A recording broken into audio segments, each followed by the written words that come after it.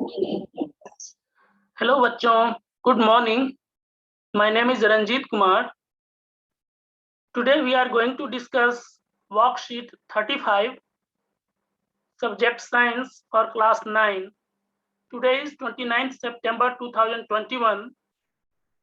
You have been provided a space to write your name and the name of the class teacher. Write your name here and the name of the class teacher here. Students, today's topic is motion and subtopics are given: velocity and acceleration. We had already discussed motion in the last worksheet. Any object which changes its position with respect to a reference point with time, then we say that the object is in motion. When object is in motion, its a speed it gets a speed. We have been given a topic here in bold, written here, velocity. Velocity is the speed of an object in a particular direction, is called velocity. You know that there are two types of quantities: scalar quantity and vector quantity. Quantity having magnitude as well as direction is known as vector quantity. So velocity is a vector quantity because it says that a speed of an object in a particular direction is called its velocity. Like a speed is also represented by this letter V. It shows the direction of motion of the object along with its speed. Velocity of an object can be determined by its equation. Velocity is equal to displacement divided by time. Displacement is the shortest distance between the initial position and the final position. It is a vector quantity whose magnitude changes with change in speed and direction. Its SI unit is also meter per second. It can be 0 when an object is moving along a straight line with the changing variable speed velocity. We can calculate the magnitude of its rate of motion in terms of average velocity by following equation. Average velocity is equal to initial velocity plus final velocity divided by 2.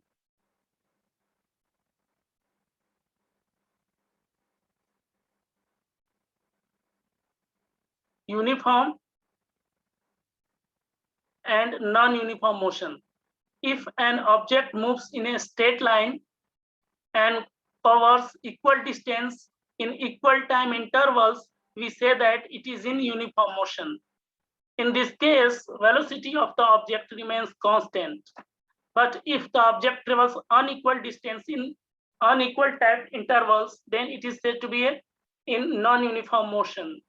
In this situation, the velocity will not be constant. It can be of two types: accelerated motion, in this when velocity of an object increases with time; retardation motion, in this when velocity of object decreases with time. जब break लगाते हैं तो speed कम होती है, हम बोलते हैं कि रिटार्डेशन हो रहा है, और जब हम एक्सिलरेट करते हैं गाड़ी को तो उसकी स्पीड बढ़ती है तो हम बोलते हैं एक्सिलरेशन हो रहा है। तो एक्सिलरेशन में भी जब माइनस का साइन लगा, जब रिटार्डेशन को ना हमेशा माइनस साइन लगा देते हैं उसके मैग्नीट्यूड से पहले।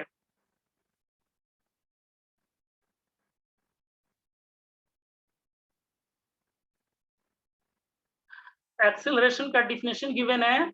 we know that in a uniform motion there is no change in the velocity of an object with respect to time, but in a non-uniform motion like a car running on the road in traffic, its velocity keeps on changing with time. We represent the change in velocity with respect to time with another physical quantity known as acceleration. The symbol A होता है. In this formula it is represented by A. The change in velocity of an object per unit time is called acceleration. This can be calculated at formula given: acceleration is equal to change in velocity time taken. Change in velocity कैसे पता चलेगा? तो मान लो कोई चीज जो है initially u के स्पीड से चल रहा है, इनिशियल वेलोसिटी u है, फिर उसकी वेलोसिटी में चेंज आ गई, या तो आपने एक्सीलरेट कर दिया या फिर आपने ब्रेक लगा दी, कुछ भी हुआ लेकिन चेंज आ गई। तो चेंज कैसे पता लगेगा? Change in velocity v minus u से पता लग जाएगा चेंज इन वेलोसिटी। तो उन्होंने ये कैलकुलेट किया है। ठीक है, ये फाइनल वेलोसिटी है माइनस इनिशियल वेलोसिटी एंड जितना टाइम लगा था ये चेंज आने में, तो वो टाइम है divided by time, that is acceleration. इसका ऐसा यूनिट जो है मीटर पर सेकेंड है। कैसे? तो जो वेलोसिटी में ये v माइनस यू करेंगे तो इसमें जो आंसर आएगा मीटर पर सेकेंड में आएगा, उसको डिवाइड करेंगे फिर सेकेंड से, तो ये हो जाएगा मीटर पर सेकेंड। अब कुछ क्वेश्चन है या फिर एग्जांपल कुछ गिवन है, उसको देखते हैं।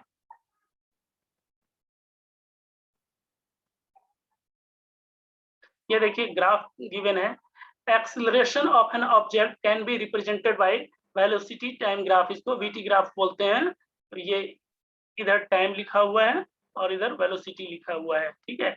इसको रीड कैसे करेंगे? तो एट 0 सेकेंड पे, जब गाड़ी स्टार्ट ही नहीं थी या ऑब्जेक्ट चल ही नहीं रहा था, तो ये 0 सेकेंड पे, ओरिजिन पे ये 0 है।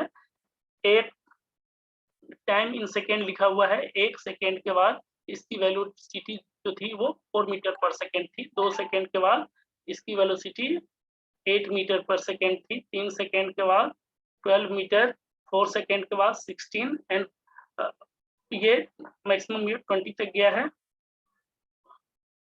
5 सेकेंड के बाद ये 20, ऐसे इसको ऐसे रीड करेंगे।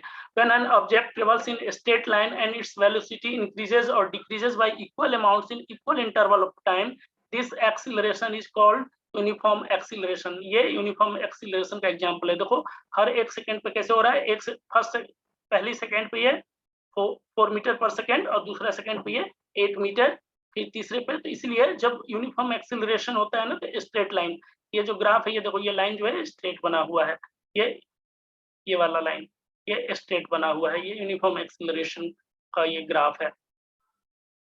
दूसरा है कि when the velocity of an object changes unevenly, मतलब अनइवनली का मतलब है कि एक समान नहीं होता है, unevenly with time, such motion is called non uniform motion, non uniform acceleration, that is motion of a car in traffic. ये देखो ट्रैफिक में कभी हम ब्रेक लगाते हैं, कभी हम तेज कर लेते हैं कार को, जरा खाली जगह मिले तो, कभी हम स्लो कर लेते हैं। तो ये बनाया है इन्होंने, ये देखो ऐसे, ये स्ट्रेट लाइन नहीं, ये टेढ़ा मेढ़ा ये कर्व होएगा, ये इस तरीके से बनाया है। पहले सेकंड में देख लो इसकी 4th है और दूसरे सेकंड में ये 8 होना चाहिए था, जबकि 8 से थोड़ा कम ही है, तो ये अनयूनिफॉर्म है। चलिए इसमें कुछ क्वेश्चन गिवन है, उसको सोल्व करके देखते हैं हम लोग। पहला क्वेश्चन है difference between velocity and speed. तो जो वेलोसिटी है वो एक वेक्टर क्वांटिटी है, velocity it is a vector quantity, speed is a scalar quantity.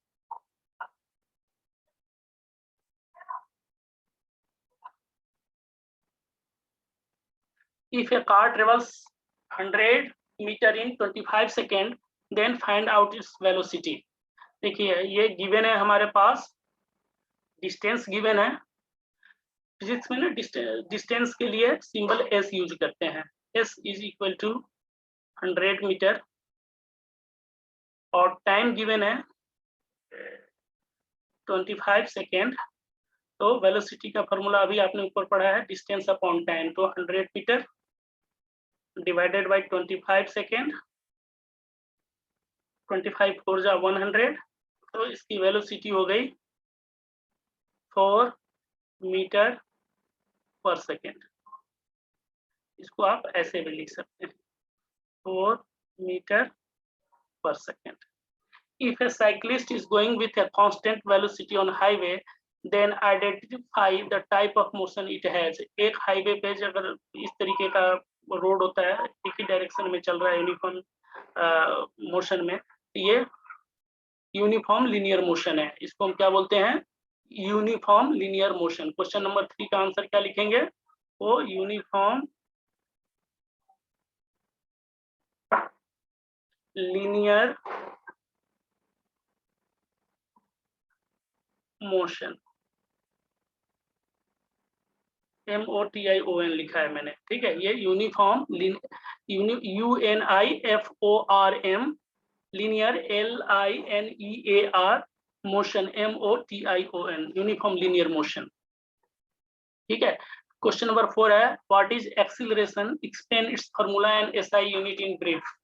तो जो एक्सीलरेशन है, change in velocity per unit time is known as acceleration. मैं इधर लिख देता हूं इसका answer, change in velocity, change in velocity per unit time, per unit time is known as acceleration, is known as acceleration।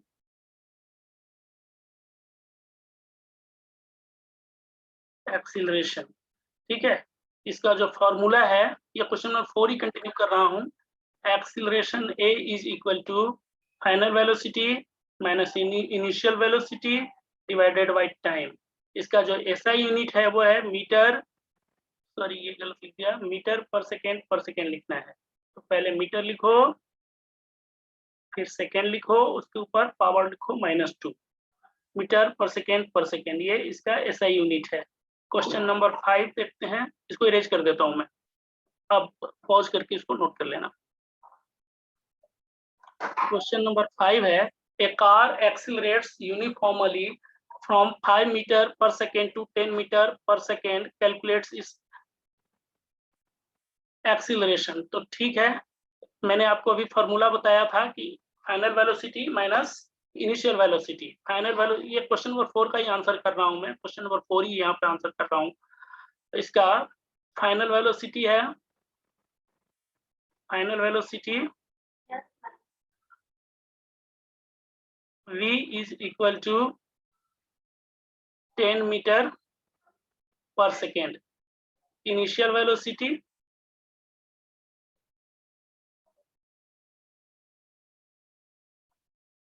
U is equal to 5 metre per second. तो हमारा acceleration का formula है, अभी आपने फॉर्मूला यूज किया ऊपर, acceleration का symbol A होता है, V माइनस U, तो 10 minus 5 metre per second divided by time, कितना लगा है उसको 5 सेकेंड, टाइम गिवन है ना, लिख देता हूँ यहाँ, टाइम इज 5 सेकेंड, ये गिवन है, तो डिवाइडेड बाई 5 सेकेंड, तो ऊपर बचा 5 metre per second divided by 5 second, 5 से 5 कैंसिल हो गया, तो ये हो गया 1 मीटर पर सेकेंड, ये इसका आंसर हो गया। ये क्वेश्चन नंबर 4 नहीं था, ये क्वेश्चन नंबर 5 था, और पहले हमने डिस्कस कर रखा है, क्वेश्चन नंबर 5 है, ये क्वेश्चन नंबर 5 को हम करते थे। तो इसका हो गया answer 1 metre per second. Thank you very much for watching this video. मैं इस चैप्टर को सुपर एक्सप्लेन करने के लिए एक नया वीडियो कल अपलोड करूंगा, आप उस वीडियो को देखना, उसमें ऑब्जेक्टिव क्वेश्चन भी रहेंगे, आपका ये टॉपिक बिल्कुल क्लियर हो जाएगा। मोशन का वीडियो मैंने आज से बनाना शुरू किया है, कल से अपलोड करना शुरू करूंगा। Thank you once again for watching this video।